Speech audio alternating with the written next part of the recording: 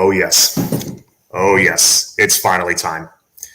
It's here, folks. Miami, Florida State.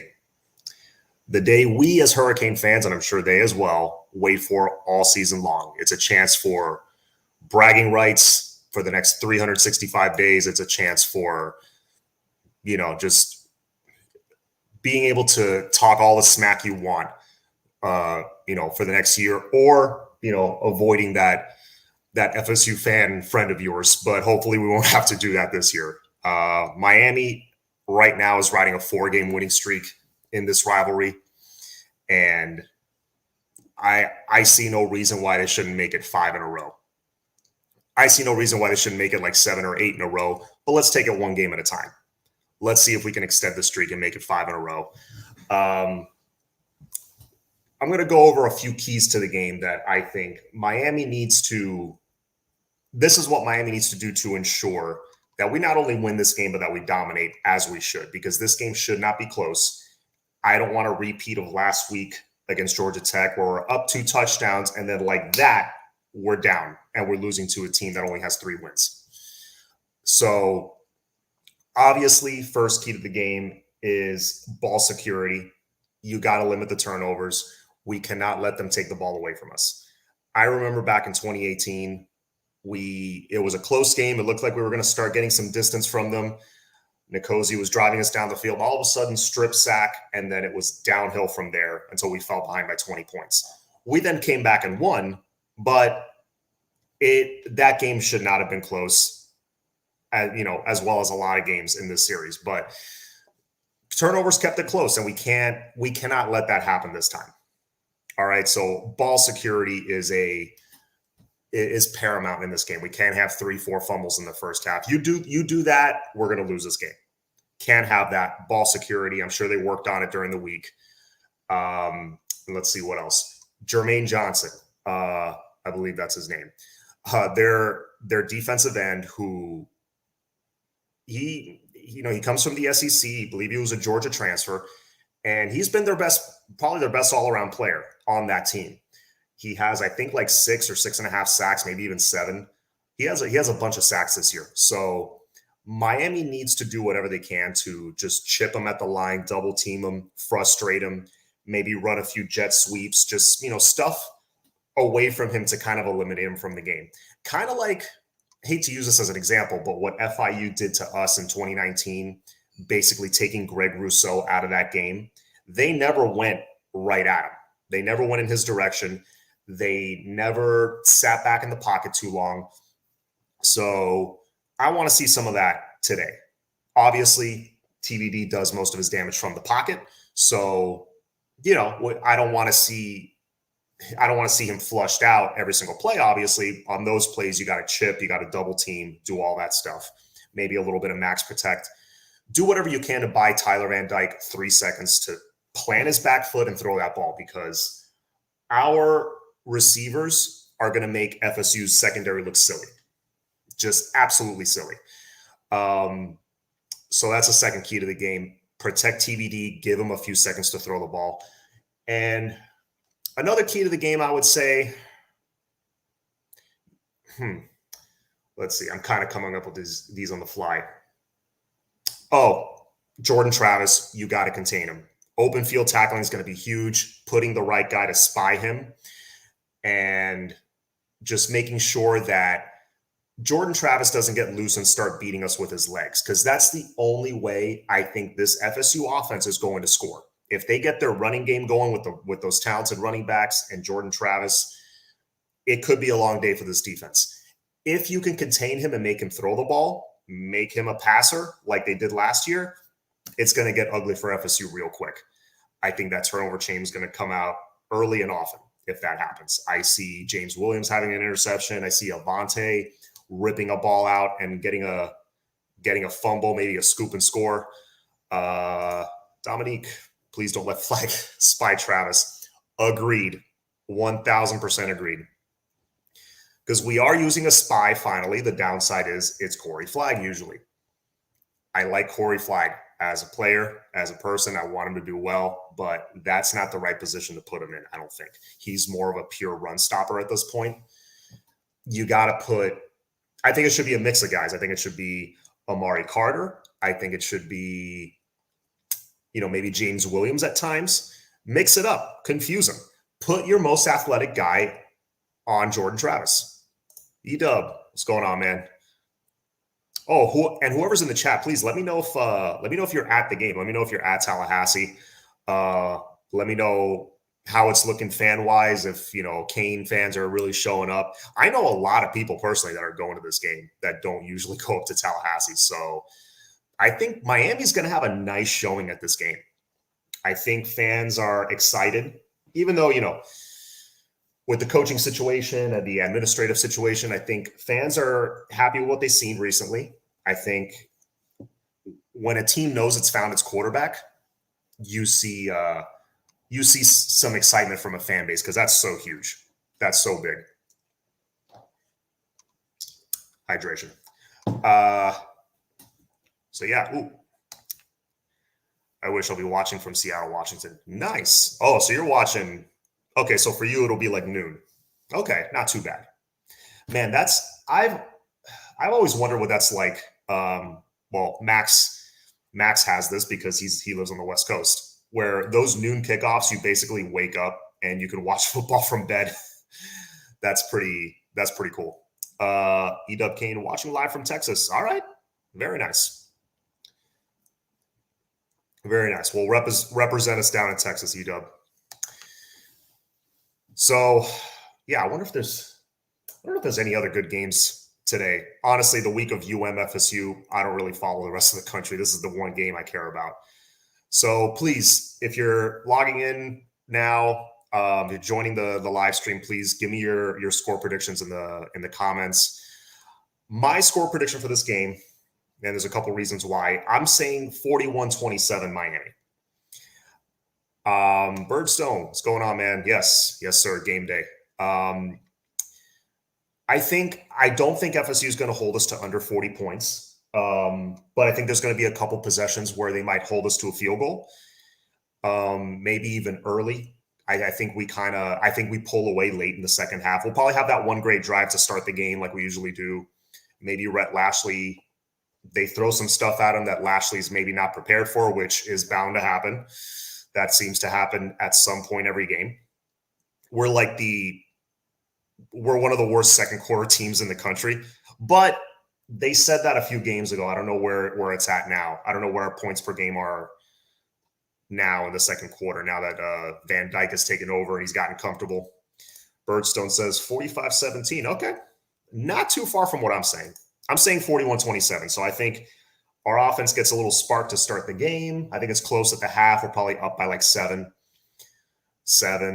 points, something like that. And then as we go into the second half, maybe we score to start the second half. We go up by like 17, 14 points. And then maybe they score, they hang around. But then late third quarter, I think we get like a big interception or a scoop and score or something like that, a sack strip. And that's when we score the touchdown to kind of start pulling away. Ooh, I like this score. 63-31 Miami. That looks like a Big 12 score. That's like a Big 12 blowout where, you score 30 plus points, but you still get destroyed. That's college football today. So I don't think they hold us under 40. I think we score 41. They hold us to a couple field goals, but we pull away. And I think we keep FSU under 30. I think they'll score at least one touchdown where it's just undisciplined play by our part, maybe just like a really bad missed tackle, maybe a couple of penalties extend one of their scoring drives. I think lack of discipline and just, a little bit of immaturity from a young team, from a young, excited team, I think will cost us at least one touchdown and make it a little closer really than it should be. So I totally see that happening. I totally see FSU scoring 24, 27 points, something like that. But I don't think, again, this is huge. If you give Tyler Van Dyke time to throw, it's going to be a long day for Florida State. They can't bring their safeties up. They're going to try that.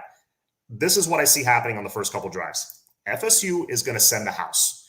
They know their secondary is cheeks, like Steve-O said earlier this week. That secondary is just awful. They're not going to be able to keep up with our receivers. That's the biggest mismatch in this game. They know that. They're not stupid. So they're going to bring blitzes, exotic blitzes, they're going to throw the kitchen sink at us. Rhett Lashley has to be prepared, and Tyler Van Dyke has to be prepared to just dump that ball off to Rooster. He's going to be a weapon today. Dump it off to Rooster, dump it off to Cody Brown, maybe a little bootleg, dump off to Mallory or Arroyo. I know Lashley likes to do that, especially on those 4-minute drives at the end of the game to close it out. He loves that play. Maybe try that early on this time. I think if you do that, you could gash them underneath because they're going to overcommit, and that's where you can get FSU. I don't think they're going to hang back and just kind of see what we do. No. They're going to come aggressive, and we just got to be smart about it. If we're smart about it those first few drives, then my prediction might be wrong. It might be a rout at the half like it was last year. See what Birdstone's saying. I see us smashing them, barring any self-inflicted lapses. Their TDs will be during garbage time. I could see a TD during garbage time for sure. What I hope, Birdstone, I hope there's not even garbage time TDs. I hope if we're up kind of like last year, like 48-10 or something like that, keep your foot on their throat. Don't even let them sniff the end zone. And like last year, if they have that final possession, they're trying to punch it in one more time to make it somewhat respectable, to end on a high note. No, you keep their ass out of the end zone, 100%. But yeah, that's pretty much that. That's my prediction. I think it's a rivalry game, so they're going to hang around in the first half. But I think honestly, we pull away in the second half. I don't think this game ends up being that close. Even though my prediction is like a 2-touchdown win, it's not going to feel like a 2-touchdown win. It's going to feel like, yeah, we got ahead and we stayed ahead. They didn't really threaten us at any point.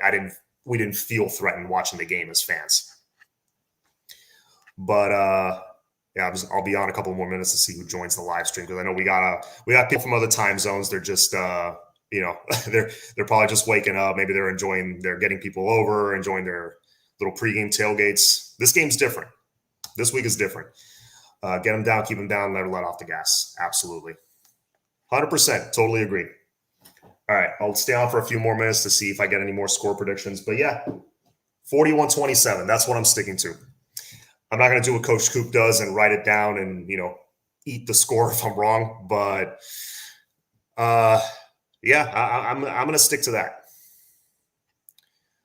Let's see what else we got. John wants complete annihilation. Brutal. Yes, I do. Were you watching Sebastian Lane earlier this week, Birdstone, with David Franklin and Rasta? Yeah, when I was on with them, I was just like, yeah, I want a complete dismantling of this team. Just anything that resembles Garnet and Gold, just destroy them. That's what I want.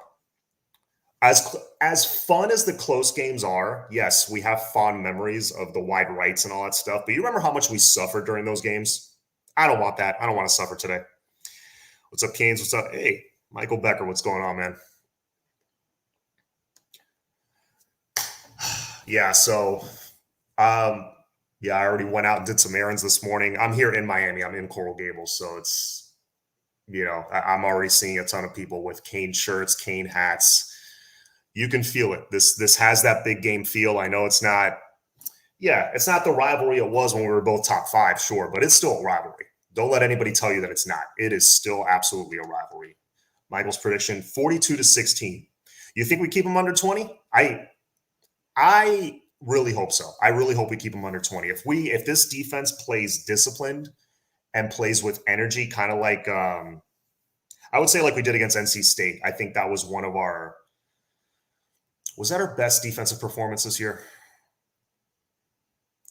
It's hard to say, because our defense made plays against Pittsburgh, but we also got gashed for like 500 something yards. Yeah, I would say like that NC State game, the tackling wasn't perfect, but we played with energy. We swarmed to the football, that's Hurricane football in a nutshell. You got to swarm to the ball. You got to swarm to the ball and make tackles, because I don't care how bad your tackling is. If 5 guys swarm to the ball carrier, he's not getting out of there. So that's going to be huge. They got to come with energy. They got to come with, just play like their heads are on fire, but play smart at the same time. That's the key. I think if they play smart, they're going to be absolutely fine. All right, guys. So, like I said, it was going to be a short show today. I think I'm going to leave you with that. I mean, look, it's Miami, Florida State. There's not much to say to that. As long as, like I said, my keys to the game early on, as long as we take care of the football, protect Tyler Van Dyke, give him a few seconds to throw the ball, make his reads, and you contain Jordan Travis, this is going to be a complete blowout. Absolutely. Who do you think would be the players of the game, offense and defense? Oh, good question. I don't know why, but I got a feeling. I got some kind of feeling about Avante Williams. I think he steps up and makes a couple of huge plays in this game because that dude's just different. Kind of like he reminds me, not body wise, because this dude's a little bigger, a little longer, but he reminds me of the similar impact that Derwin James made for Florida State, like right out of the gate as a freshman or as a redshirt freshman. I think Avante makes that kind of impact in this game. And this is the game that gets people's attention nationally. Avante, God willing, keeps his nose clean, stays out of trouble. I think he goes into next season as a preseason All-American. Not all ACC, All-American. I think he gets people's attention that much in these last few games. Dominique, go Canes. Yes. I think I got a feeling Avante Williams might be a player of the game, might be a key player in this game for defense. And who else? I'm thinking, maybe one of the vets. You might not agree with me, but maybe like Zach McLeod, Amari Carter. I think one of those guys is going to be a huge factor in today's game. Finally, we see McLeod getting a little more comfortable. I think they're using him more in the right way, dropping him back a little more because he is naturally more of a linebacker. So, yeah, I think Avante, maybe Amari Carter, guys like that, I think will step up today on defense. And on offense, I think it's going to be another TVD, 300-plus yard game, maybe more. And, I just think they're not going to stop Rooster. I think Rooster gets a few dump-offs and makes some big plays. I think he gets over 100 yards today. The offense will have well over 500 yards. And Jalen Knighton, I think, he's going to make the same impact, similar impact to what Dalvin Cook made for them all those years. They had Dalvin Cook and we didn't, and that cost us the game ultimately. I think it's going to be a similar thing. We have Rooster, and he's just, for the next couple of years, he's really going to frustrate and break the hearts of FSU fans. Do you think Rambo can grab the receiving yards record today? That's a good question. Because he's relatively close, but I think he would have to have a monster game, to like break it today. I don't think he breaks it today.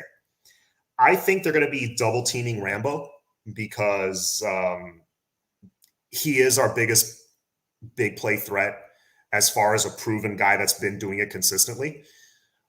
So they're going to, they know one-on-one they can't cover him. So the safeties are going to be shading over. I think a guy like Restrepo or Keyshawn Smith could step up and have a nice, 7-8 grabs today. Rooster, like I said, coming out of the backfield, you're going to be keying in on Rambo or you're going to be keying in on Rooster. It's going to be hard to decide which one. And if you add Brashard Smith to the backfield and you got Rambo on the outside, who do you cover? If they can play that right, oof. Chris Malone says, TBD, 383 touchdowns, Canes win 42-17. I like it. I'm feeling that one. Chris. I like that one. I hope you're right. Man, if our defense can play with that kind of discipline and hold them to 17 in today's college football, you don't see that very often unless it's an elite defense. And I would love to see that. Love to see that. But 380 and 3 TDs? Okay. I'm thinking he throws 3 TDs. I'm thinking 320, 3 TDs. Maybe late in the game, a ball gets batted in the air and it gets intercepted. It happens. But actually, you know what? No, I don't think he throws a pick today because his one interception was because the receivers fell down. No, TVD doesn't throw a pick today. He plays clean. Let's see. All right, guys. Yeah, I think that's pretty much it for me. Again, there's really not much to say here. It's the biggest game of the season. Miami, Florida State. Let's root on our boys. If you're at Tallahassee, please get loud. Get a little extra obnoxious. Maybe piss off a couple of Tallahassee fans, and hopefully the orange and green has taken over that stadium and just taken over that town. Celebrating tonight, celebrating the victory. So hope we can do that. Go Canes. It's all about the U. Let's go get that W today. Have a good day.